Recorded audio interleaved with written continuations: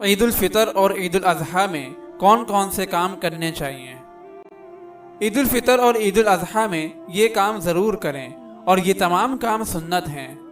Number 1 غسل کرنا، number 2 مسواک کرنا، نمبر 3 اپنے پاس جو کپڑے موجود ہوں ان میں سے سب سے اچھے کپڑے پہننا، مگر مرد اور لڑکے ریشم کے کپڑے نہ پہنیں۔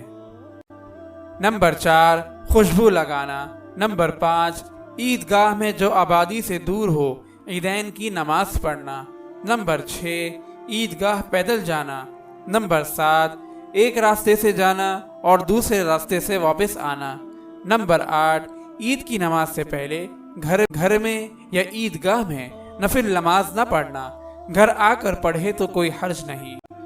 نمبر 9 نماز عید الفطر سے پہلے کھجور یا کوئی میٹھی چیز کھانا، نمبر 10 اگر صدقہ فطر واجب ہو تو اس کو نماز سے پہلے ادا کرنا، نمبر 11 عید الاضحیٰ ہو تو نماز کے بعد جلد سے جلد قربانی کرنا، اور بہتر ہے کہ اس دن قربانی کے گوشت سے پہلے کچھ نہ کھائے۔ اگر آپ اس صدقہ جاریہ میں شامل ہونا چاہتے ہیں تو چینل کو سبسکرائب کریں اور لائک اور شیئر کرنا نہ بھولیں۔ جزاک اللہ خیرا۔